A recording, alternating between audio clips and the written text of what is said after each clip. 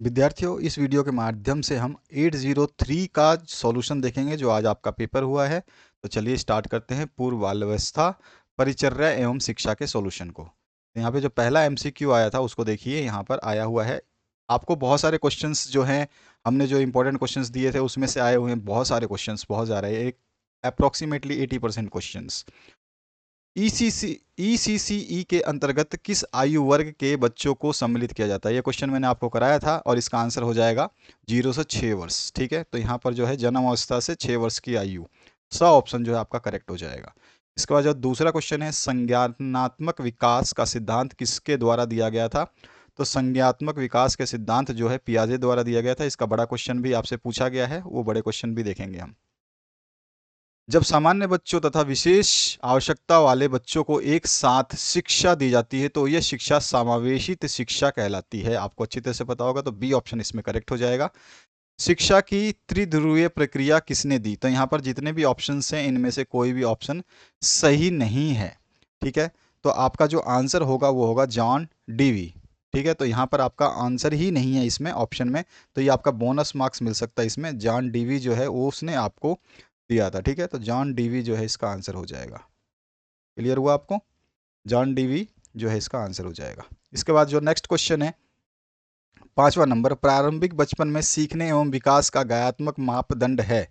तो इसका जो मापदंड है वो कौन सा है, आपको बिल्कुल सही तरीके से बताना है। इसमें जो मापदंड आएगा वो आएगा, देखिए, प्रारंभिक बचपन में सीखने एवं विकास का गायात्मक मापदंड जो है वो परिपक्वता हो नहीं सकती, क्योंकि आपका ये प्रारंभिक बचपन की बात होती है, तो इसमें परिपक्वता नहीं आती है, प्रतियोगिता नहीं करवा सकते हैं, संप्रेषण भी नहीं। तो सामाजिक संपर्क जो है द ऑप्शन जो है हमारा करेक्ट हो जाएगा। इसके बाद आते हैं नेक्स्ट क्वेश्चन की तरफ, जो इसमें आपका इंग्लिश मीडियम के स्टूडेंट, इसमें सी ऑप्शन करेक्ट हो जाएगा, इसमें पियाजे हो जाएगा, इसमें आपके इंक्लूसिव एजुकेशन हो जाएगा, बी ऑप्शन करेक्ट हो जाएगा। इसी तरह से मैंने अभी सभी आंसर बताए हैं, इसमें जॉन डीवी हो जाएगा जो कि ऑप्शन ही नहीं है, और यहाँ पर जो है सोशल कॉन्टैक्ट हो जाएगा। ठीक है, अर्ली चाइल्डहुड में। उसके बाद में जो नेक्स्ट क्वेश्चन है, यहाँ जोड़ियाँ बनानी है आपको। तो जोड़ियाँ बनाने में सबसे पहले आप देखिए कोठारी शिक्षा आयोग। तो कोठारी शिक्षा आयोग जो है ये समायोजन कौशल विकास के लिए है, तो यहाँ पर जो है आपका इसको इससे मैच करा देना था। इसके बाद पूर्व क्रियात्मक अवस्था जो है 2 से 7 वर्ष मानी जाती है, तो यहाँ पर ये इसका आंसर हो जाएगा। ठीक है, यहाँ पर 2 से 7 वर्ष और ये वाला इससे। ठीक है, अनुकरण से सीखना होता है 3 से 6 वर्ष में। ठीक है, तो यहाँ पर जो है आ जाएगा आपका 3 to 6 वर्ष। और गोष्ठी का आयोजन जो है ये क्या होता है, आत्मविश्वास और आत्मसम्मान का विकास करता है, तो यहाँ पर जो है आपको फर्स्ट ऑप्शन जो है आपका करेक्ट हो जाएगा इसमें। और जो अभ्यास का नियम है ये आपको बड़ा क्वेश्चन भी पूछा गया है, ये थर्नाइट का नियम है, और इसका क्वेश्चन भी आया हुआ है थर्नाइट का। ठीक है, तो उसमें भी हम दिखाएंगे अभ्यास का नियम भी। तो इस तरह से ये सॉल्यूशन हो गया आपका। आगे बढ़ते हैं नेक्स्ट क्वेश्चन की तरफ। यहाँ पे पहला क्वेश्चन है, ईसीसीई क्या है? ये भी बताया था हमने। ईसीसीई का मतलब होता है पूर्व बाल्यावस्था पूर्व देखभाल और शिक्षा। ठीक है, बाल्यावस्था पूर्व देखभाल और शिक्षा, इसका फुल फॉर्म होता है early childhood care and education. आपको अच्छी तरह से पता है जिसका आप एग्जाम दे रहे हैं। यह पूर्व विद्यालय आयु के बच्चों के लिए प्रारंभिक बचपन की देखभाल और शिक्षा प्रदान करती है। ठीक है, बस इतना ही आप लिख देंगे, इससे मिलता जुलता लिखते हैं तो आपका आंसर सही हो जाएगा। और इसके बाद में समेकित बाल विकास सेवाओं का आरंभ जो है कब किया गया था? तो सन 1975 में इसका आरंभ किया गया था। उसके बाद में किशोरावस्था के बच्चों का आयु वर्ग क्या है? तो इसका आयु वर्ग, दोनों ही आंसर सही होंगे। अगर आप 13 से 18 वर्ष लिखते हैं या 12 से 19 वर्ष लिखते हैं, दोनों ही सही हैं। इसके बाद में है समावेशी शिक्षा का समावेशी कक्षा प्रबंध क्या होता है? समावेशी कक्षा प्रबंध जो है एक कक्षा जिसमें सभी छात्रों को उनकी क्षमताओं या कमी, यानी कि कमी के बावजूद, क्षमताओं या कमी यानी कि कौशल के बावजूद समग्र रूप से स्वागत किया जाता है, वही कक्षा जो है होती है समावेशी कक्षा प्रबंध कहलाती है। ठीक है, तो यहाँ पर जो है इस तरह से आपको आंसर लिखना था, थोड़ा सा मिलता जुलता भी लिखा होगा, आप सही हो जाएंगे आपका आंसर। उद्दीपक तथा प्रतिक्रियाओं के माध्यम से बनने वाले संयोग से कौन सी प्रक्रिया संपन्न होती है? तो प्रोत्साहन की प्रक्रिया संपन्न होती है। उसके बाद आपका नेक्स्ट जो क्वेश्चन है, 4 नंबर है, आपसे पूछा गया शिशु शिक्षा शिक्षक की कोई 2 विशेषताएं लिखिए। शिशु शिक्षा शिक्षक की आपको प्री प्राइमरी जो टीचर होता है इसकी विशेषता होती है शिक्षकों के द्वारा बच्चों के बौद्धिक को विकास करना, यह उसकी एक विशेषता है। और दूसरा है शिक्षकों के द्वारा बच्चों में व्यक्तित्व का निर्माण करना, ये भी उसकी विशेषता है। तो दो विशेषताएं लिखनी थी, दो कोई भी आप लिख सकते हैं। इसके बाद में पूर्व बाल्यावस्था शिक्षा में स्कूल शिक्षा विभाग क्या सहयोग करते हैं? तो ईसीसी द्वारा बनाए गए नियमों को लागू कर बालकों में बिना भेदभाव के समग्र विकास में सहयोग करता है ये, ठीक है। तो ये हमारा जो अपना एजुकेशन डिपार्टमेंट है स्कूल का, वो ये कार्य करता है।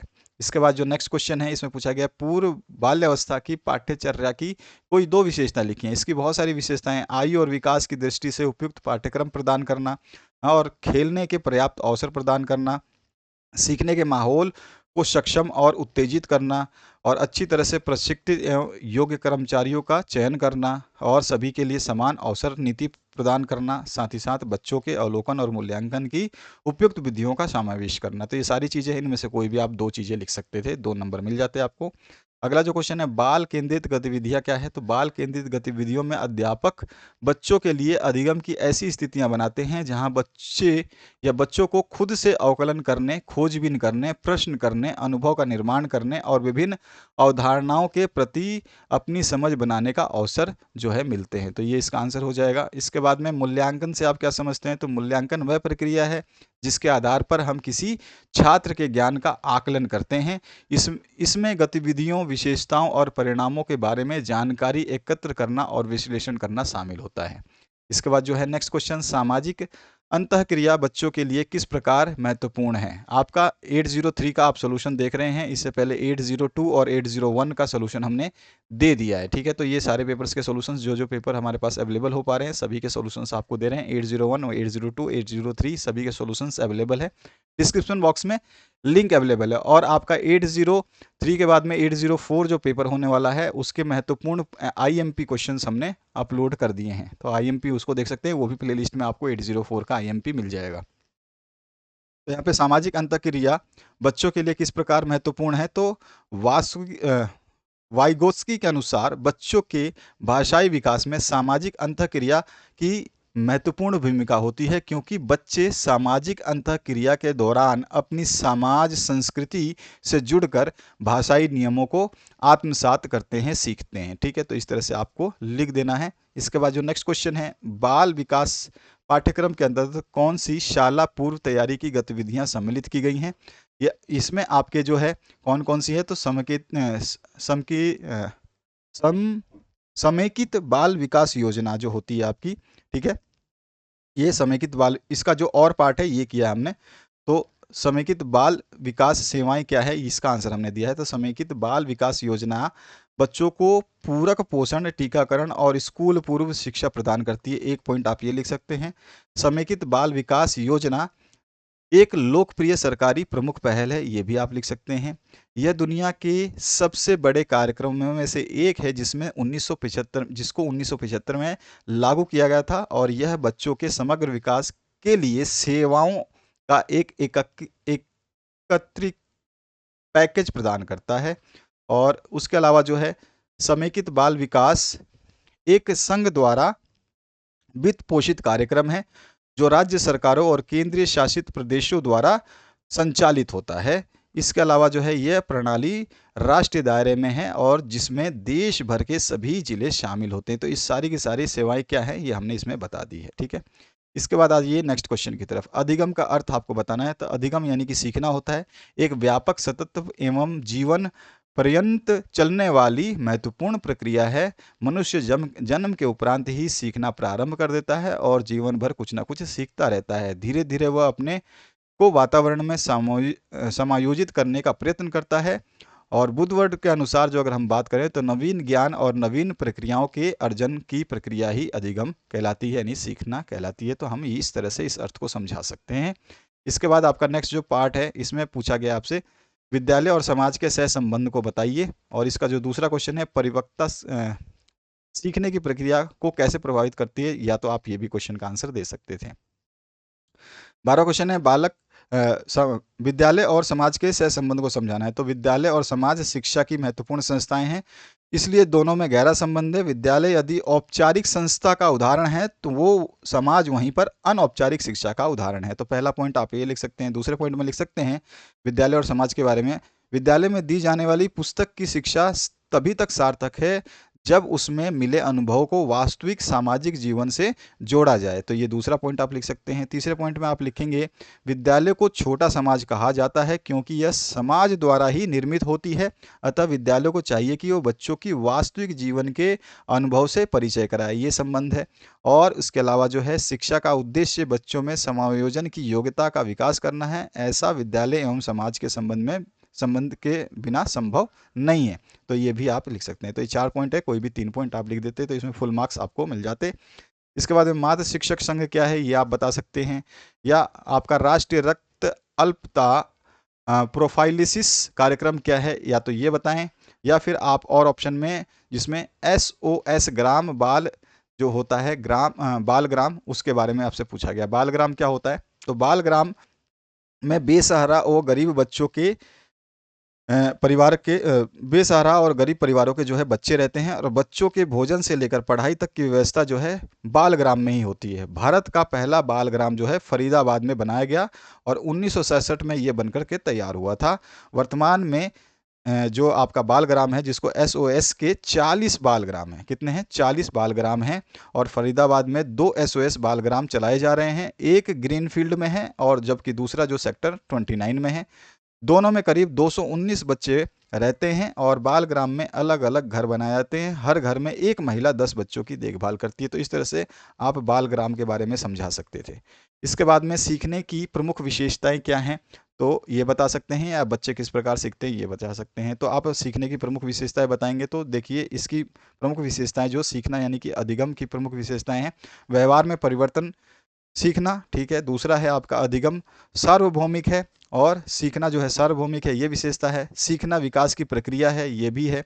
उसके अलावा जो है सीखना जीवन पर्यंत चलता है, ये भी इसकी विशेषता है। और सीखना जो है अधिगम समायोजन की प्रक्रिया है, ये भी इसकी विशेषता है। अधिगम उद्देश्यपूर्ण यानी सीखना उद्देश्यपूर्ण होता है, ये भी इसकी विशेषता है। नवीन ज्ञान की खोज ही सीखना है, ये भी इसकी विशेषता है। और सीखना वातावरण की उपज है, ये भी इसकी विशेषता है। और सीखना अनुभव का संगठन है, ये भी इसकी विशेषता है। तो ये सारी विशेषताएं हैं, आप इसमें से कोई भी विशेषताएं आराम से लिख सकते थे अगर आपने याद किया होता। इसके बाद में पियाजे के संज्ञात्मक विकास की प्रमुख अवस्थाओं के बारे में लिखना था। उनकी 4 अवस्थाएं हैं।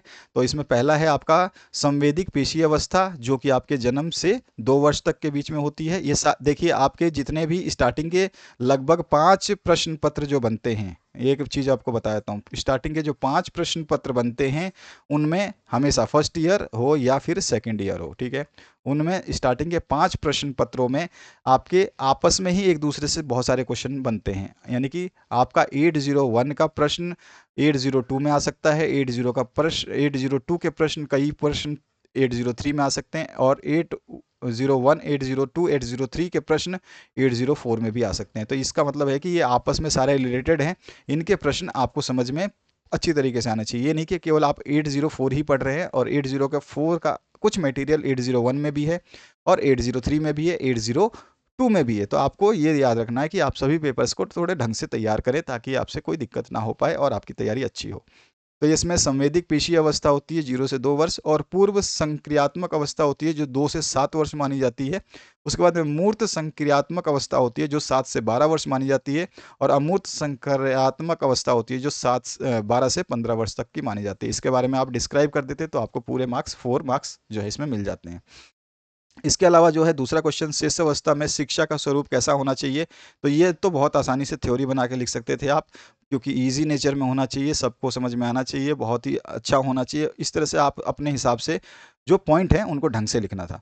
इसके बाद में पूर्व बाल अवस्था के पाठ्यचर्या नियोजन में किन किन प्रमुख बातों का ध्यान रखना चाहिए, तो जो आपको मैंने ऊपर बताया था ये सारे के सारे चीज़ें आप लिख सकते हैं। पूर्व बाल अवस्था में पाठ्यचर्या में कौन कौन से चीज़ें होनी चाहिए, तो देखिए इसमें आपके, अब मैंने ऊपर ही आपको बताया था, देखिए ये है पूर्व बाल्यावस्था के पाठ्यक्रम की और विशेषता है जो इनको जो है आप अच्छी तरह से यहाँ पे डिस्क्राइब और कर सकते थे। कुल मिला के जो घुमा फिरा के क्वेश्चंस जो है ना एक जैसे ही आपको देखने को मिलते हैं।